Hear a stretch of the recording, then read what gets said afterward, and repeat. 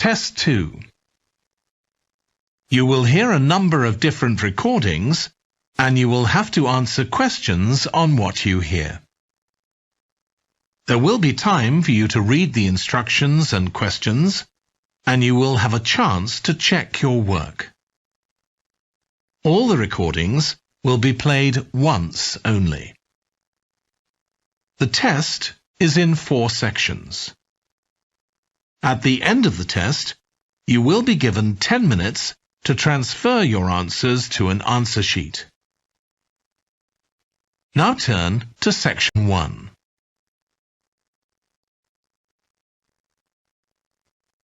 Section 1.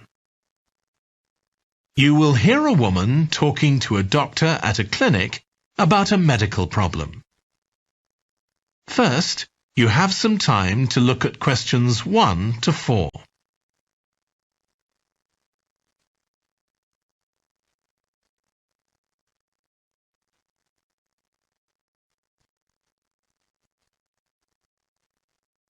Now we shall begin.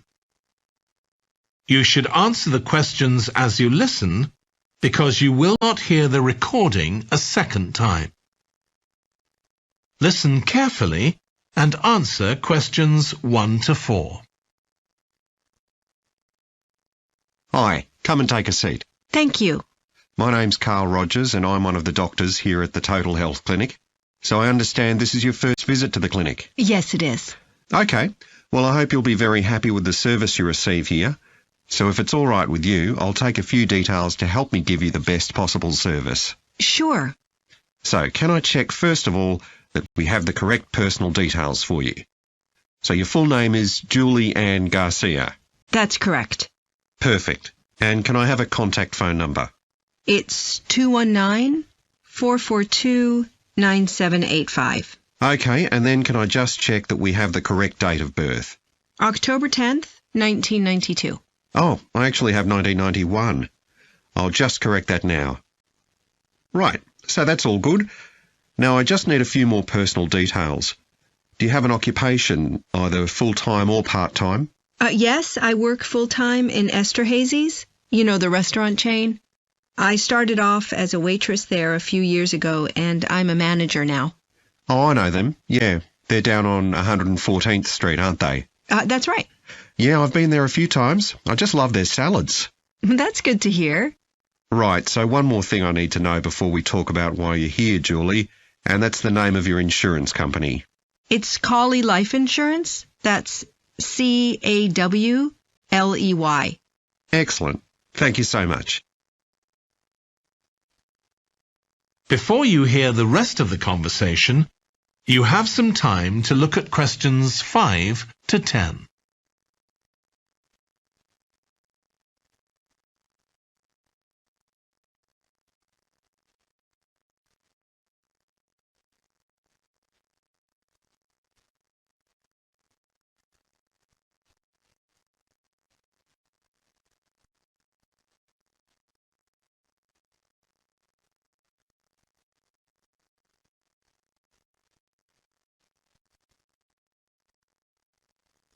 Now listen and answer questions 5 to 10.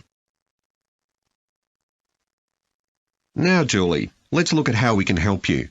So tell me a little about what brought you here today. Well, I've been getting a pain in my knee, the left one. Not very serious at first, but it's gotten worse, so I thought I ought to see someone about it. That's certainly the right decision. So how long have you been aware of this pain? Is it just a few days, or is it longer than that? Longer. It's been worse for the last couple of days, but it's 3 weeks since I first noticed it. It came on quite gradually, though, so I kind of ignored it at first. And have you taken any medication yourself or treated it in any way? Yeah, I've been taking medication to deal with the pain, Tylenol, and that works okay for a few hours, but I don't like to keep taking it. Okay. And what about heat treatment? Have you tried applying heat at all? No, but I have been using ice on it for the last few days. And does that seem to help the pain at all? A little, yes. Good. Now, you look as if you're quite fit normally. I am, yes. So do you do any sport on a regular basis? Yes, I play a lot of tennis. I belong to a club, so I go there a lot. I'm quite competitive, so I enjoy that side of it as well as the exercise, but I haven't gone since this started. Sure. And do you do any other types of exercise? Yeah, I sometimes do a little swimming, but usually just when I'm on vacation. But normally I go running a few times a week, maybe 3 or 4 times. So your legs are getting quite a pounding, but you haven't had any problems up to now? No, not with my legs. I did have an accident last year when I slipped and hurt my shoulder, but that's better now. Excellent. And do you have any allergies? No, none that I'm aware of. And do you take any medication on a regular basis?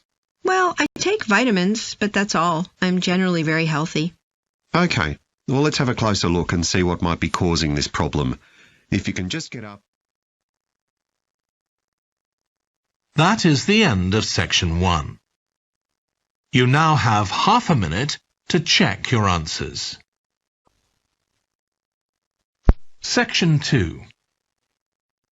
You will hear a guide talking to a group of tourists who are about to visit an English castle. First, you have some time to look at questions 11 to 15.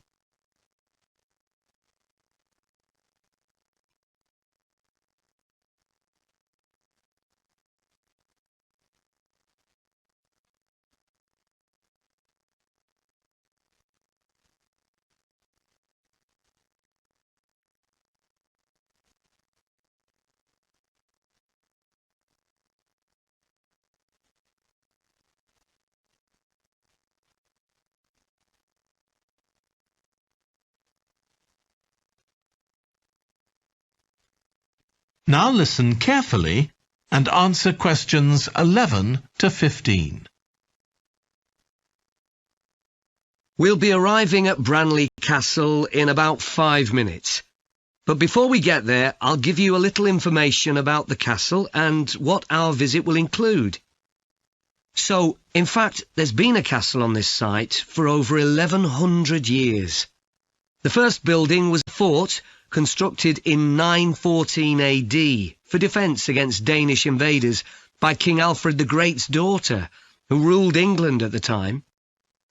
In the following century, after the Normans conquered England, the land was given to a nobleman called Richard de Vere, and he built a castle there that stayed in the de Vere family for over 400 years. However, when Queen Elizabeth I announced that she was going to visit the castle in 1576, it was beginning to look a bit run down. And it was decided that rather than repair the guest rooms, they'd make a new house for her, out of wood, next to the main hall. She stayed there for 4 nights, and apparently it was very luxurious. But, unfortunately, it was destroyed a few years later by fire. In the 17th century, the castle belonged to the wealthy Fennis family, who enlarged it and made it more comfortable. However, by 1982, the Fennis family could no longer afford to maintain the castle, even though they received government support, and they put it on the market. It was eventually taken over by a company who owned a number of amusement parks. But when we get there, I think you'll see that they've managed to retain the original atmosphere of the castle. When you go inside, you'll find that in the staterooms, there are lifelike moving wax models dressed in costumes of different periods in the past, which even carry on conversations together. As well as that, in every room, there are booklets giving information about what the room was used for and the history of the objects and furniture it contains. The castle park's quite extensive.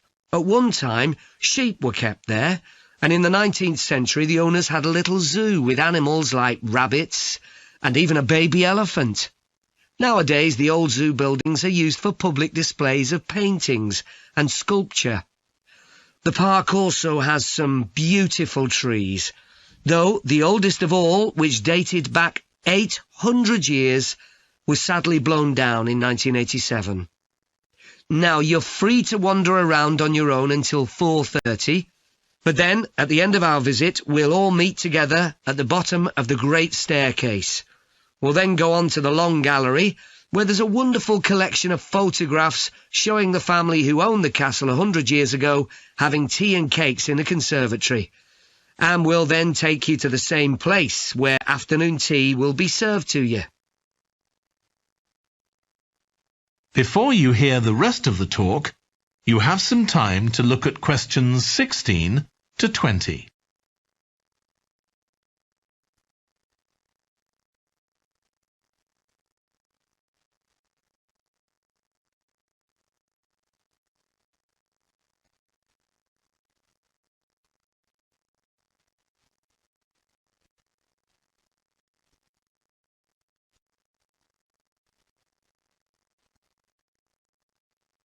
Now listen and answer questions 16 to 20.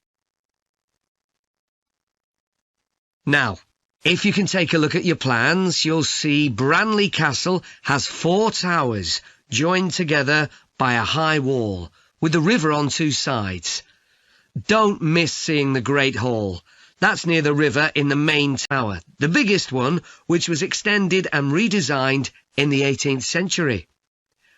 If you want to get a good view of the whole castle, you can walk around the walls. The starting point's quite near the main entrance. Walk straight down the path until you get to the south gate, and it's just there. Don't go on to the north gate. There's no way up from there. There'll shortly be a show in which you can see archers displaying their skill with a bow and arrow.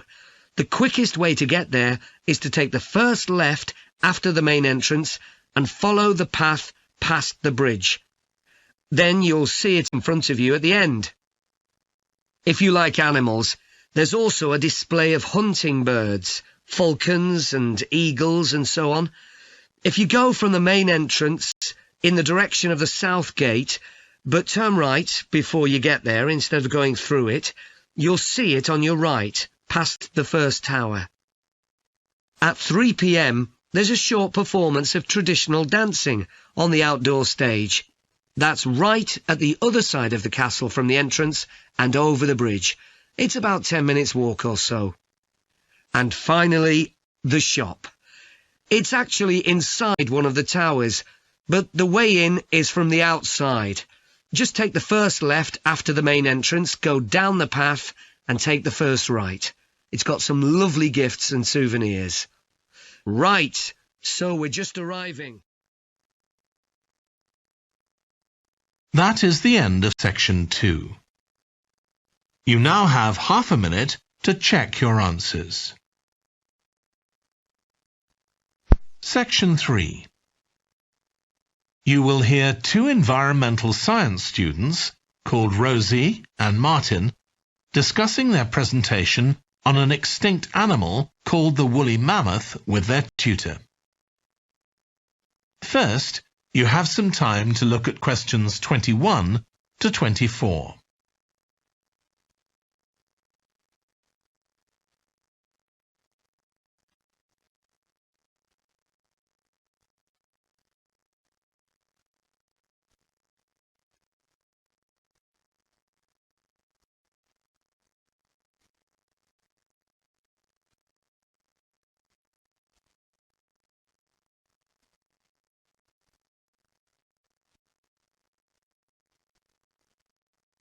Now listen carefully and answer questions 21 to 24. So, Rosie and Martin, let's look at what you've got for your presentation on woolly mammoths. OK, we've got a short outline here. Thanks. So, it's about a research project in North America. Yes, but we thought we needed something general about woolly mammoths in our introduction to establish that they were related to our modern elephant, and they lived thousands of years ago in the last ice age. Maybe we could show a video clip of a cartoon about mammoths, but that'd be a bit childish. Or we could have a diagram. It could be a timeline to show when they lived, with illustrations. Or we could just show a drawing of them walking in the ice. No, let's go with your last suggestion. Good. Then you're describing the discovery of the mammoth tooth on St. Paul's Island in Alaska and why it was significant. Yes, The tooth was found by a man called Russell Graham. He picked it up from under a rock in a cave. He knew it was special. For a start, it was in really good condition, as if it had been just extracted from the animal's jawbone. Anyway, they found it was 6,500 years old. So why was that significant? Well, the mammoth bones previously found on the North American mainland were much less recent than that, so this was really amazing. Then we're making an animated diagram to show the geography of the area in prehistoric times. So, originally, St. Paul's Island wasn't an island. It was connected to the mainland, and mammoths and other animals, like bears, were able to roam around the whole area. Then the climate warmed up and the sea level began to rise, and the island got cut off from the mainland. So those mammoths on the island couldn't escape. They had to stay on the island. And in fact, the species survived there for thousands of years after they'd become extinct on the mainland. So why do you think they died out on the mainland? No one's sure. Anyway, next we'll explain how Graham and his team identified the date when the mammoths became extinct on the island. They concluded that the extinction happened 5,600 years ago, which is a very precise time for a prehistoric extinction. It's based on samples they took from mud at the bottom of a lake on the island. They analysed it to find out what had fallen in over time. Bits of plants, volcanic ash, and even DNA from the mammoths themselves. It's standard procedure, but it took nearly 2 years to do. Before you hear the rest of the discussion, you have some time to look at questions 25 to 30.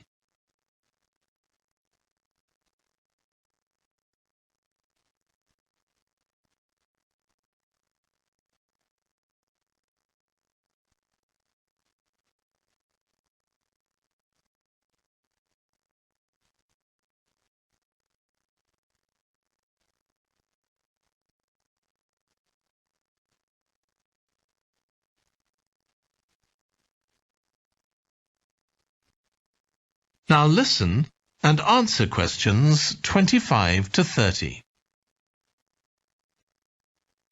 So why don't you quickly go through the main sections of your presentation and discuss what actions needed for each part? OK. So, for the introduction, we're using a visual.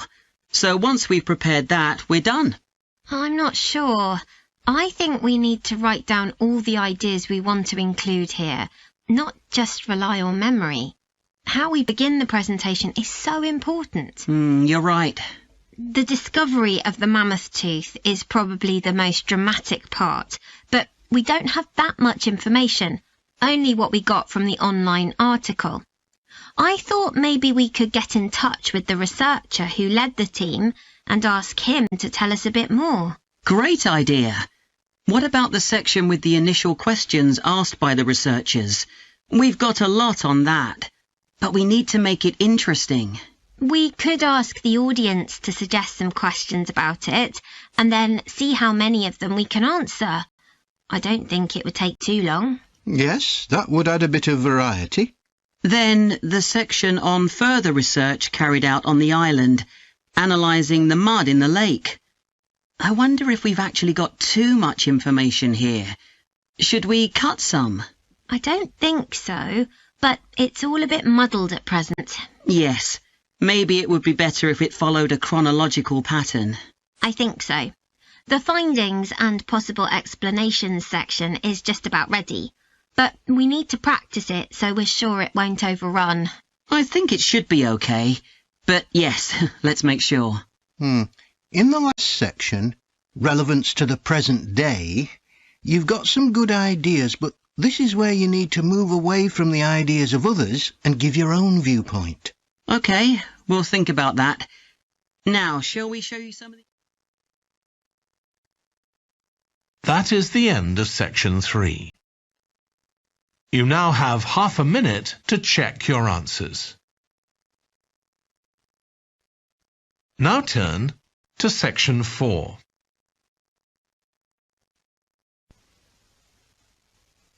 Section 4. You will hear a lecture about the history of weather forecasting.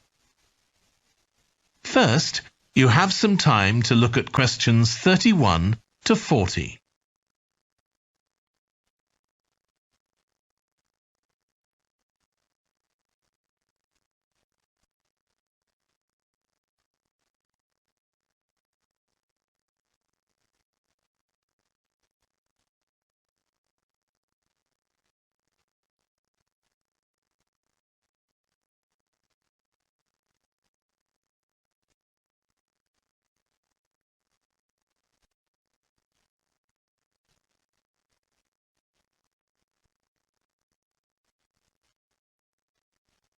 Now listen carefully and answer questions 31 to 40. In this series of lectures about the history of weather forecasting, I'll start by examining its early history. That'll be the subject of today's talk. Okay, so we'll start by going back thousands of years. Most ancient cultures had weather gods, and weather catastrophes, such as floods, played an important role in many creation myths. Generally, weather was attributed to the whims of the gods, as the wide range of weather gods in various cultures shows. For instance, there's the Egyptian sun god Ra, and Thor, the Norse god of thunder and lightning. Many ancient civilizations developed rites such as dances in order to make the weather gods look kindly on them. But the weather was of daily importance.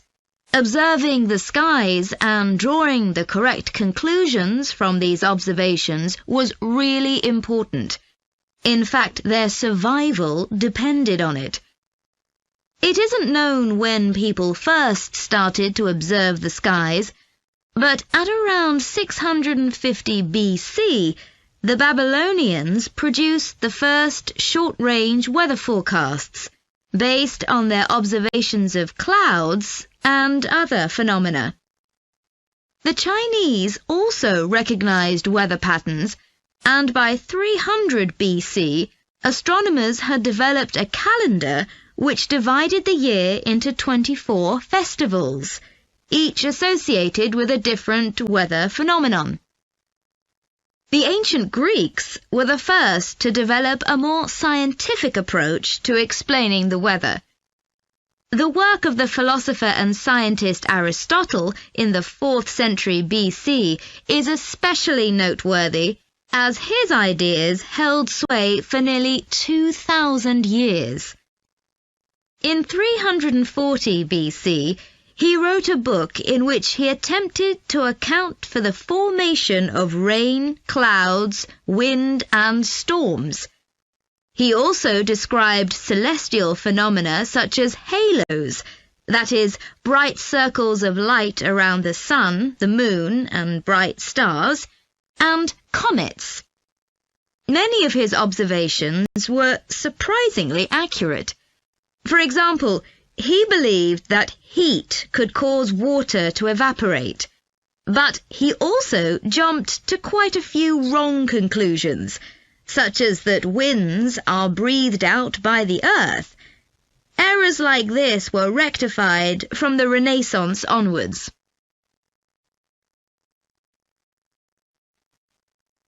For nearly 2,000 years, Aristotle's work was accepted as the chief authority on weather theory. Alongside this, though, in the Middle Ages, weather observations were passed on in the form of proverbs, such as red sky at night, shepherd's delight, red sky in the morning, shepherd's warning.